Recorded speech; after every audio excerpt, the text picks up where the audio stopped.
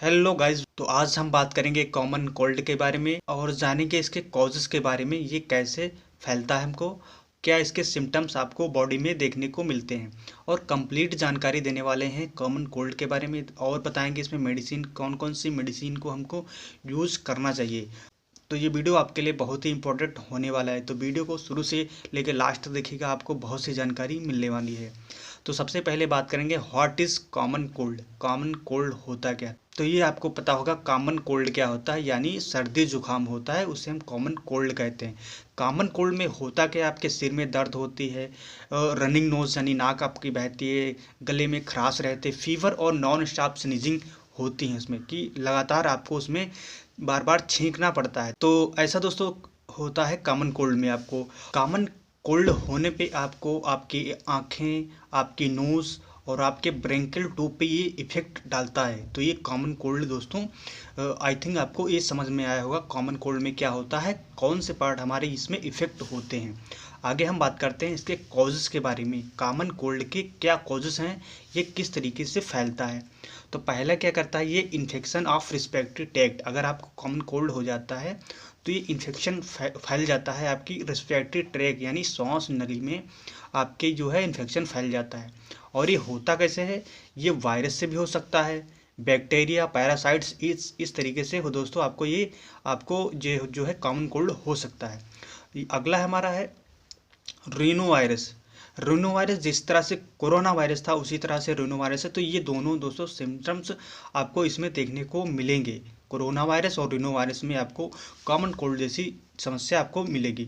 अगला क्या हमारा सीजनल चेंज, यानी कि जब आपका दोस्तों मौसम चेंज होता है उस समय भी दोस्तों आपको ये कॉमन कोल्ड हो सकता है। अत्यधिक ठंडा पानी पीने से या कोल्ड हो जाने से इसमें दोस्तों आपको ये तो कॉमन कोल्ड हो सकता है। अगला है हमारा एटमॉस्फेयर चेंजेस से। अगर कोई वातावरण में चेंजेस होते हैं उसमें भी आपको दोस्तों ये कॉमन कोल्ड जैसी समस्या देखने को मिलेगी। जैसे कि डस्ट पार्टिकल हैं, अगर आपकी नोज से अंदर चले जाते हैं तो उसमें भी दोस्तों आपको ये कोल्ड हो जाता है। तो ये आई होप ये आपको समझ में आया होगा कॉजेस क्या होते हैं, किस तरीके से ये हमें कॉमन कोल्ड हमें फैलता है। अगला हमारा है सिम्टम्स ऑफ कॉमन कोल्ड, यानी कि क्या इसके सिम्टम्स हम कैसे पहचानेंगे कि कॉमन कोल्ड है। तो पहला क्या है, running nose and stiff nose, यानी कि आपके दो बहुत ज़्यादा नाक बहेगी और आपकी नाक जाम भी हो सकती है। तो उसमें दोस्तों आपको ये सिम्टम्स देखने को मिलते हैं। अगला हमारा है माइल्ड हेडेक, यानी कि हल्का आपका जो है सिर दर्द होगा। और स्रोट थ्रोट, यानी कि आपके गले में दोस्तों हल्की खराश होगी। और स्नीजिंग, यानी कि आपको बार बार छींकना पड़ेगा।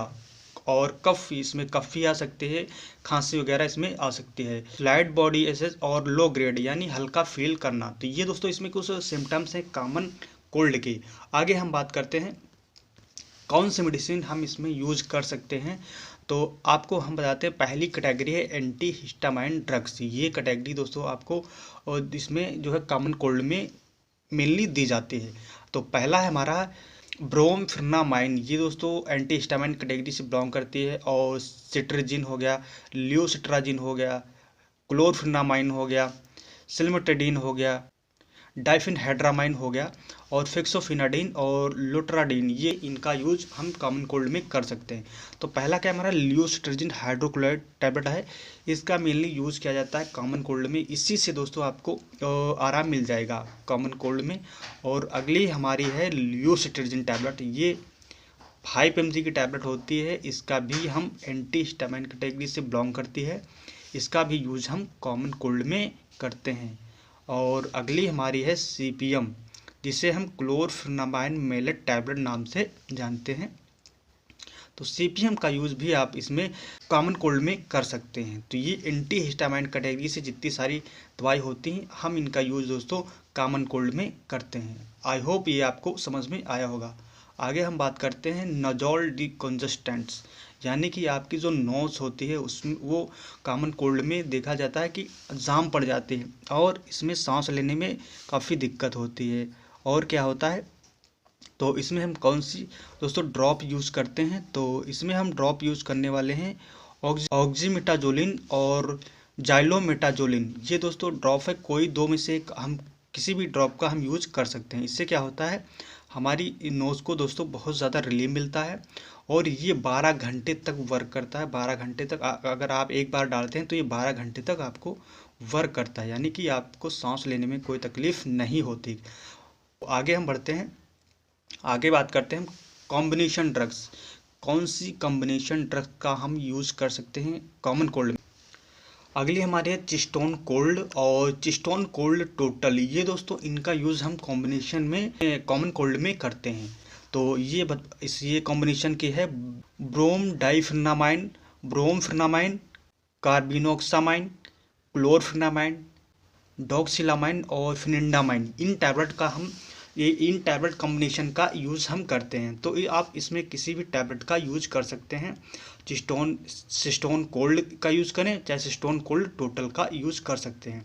तो ये आपको कॉम्बिनेशन की मेडिसिन है, ये कॉमन कोल्ड में यूज की जाती है। आगे हम बात करते हैं, इसमें और भी मेडिसिन दी जाती हैं जिसे कॉर्टिकोस्टेरॉइड मेडिसिन में। तो इसमें हम डेक्सा भी दे सकते हैं और बिटनीशॉल दे सकते हैं और पेंडिसलोन, जिसे हम ओमना कार्टिल 2.5 mg की टैबलेट आती है, तो इसका भी हम यूज कर सकते हैं। तो ये ओमना कार्टिल नाम से भी आपको मिलेगी और पेंडिसलोन नाम से भी आपको ये टैबलेट मिल जाएगी।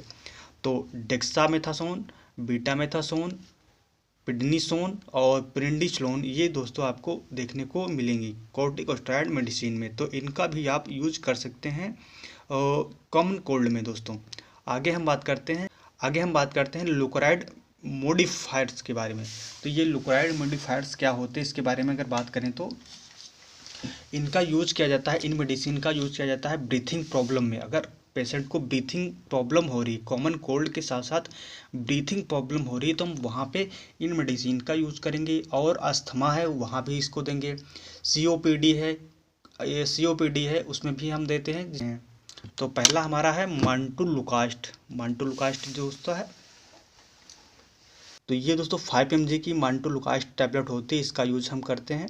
और अगली हमारी मेडिसिन है लियोसेट एम में दोस्तों आपको ये सारे फार्मूले मिल जाएंगे। मांटुलुकास्ट और प्लस लियोसिट्रिजिन होता है। तो ये बहुत अच्छी टैबलेट होती है कॉमन कोल्ड में यूज करने के लिए। अगली हमारी टैबलेट है जाफिर लुकास्ट और अगली है जिलिटोन। इनका यूज़ हम करते हैं लुकोराइड मेडिसिन के तौर पे। तो ब्रीथिंग की समस्या है, अस्थमा है, सीओपीडी है, तो इनमें हम यूज करते हैं, इन मेडिसिन का हम यूज करते हैं दोस्तों।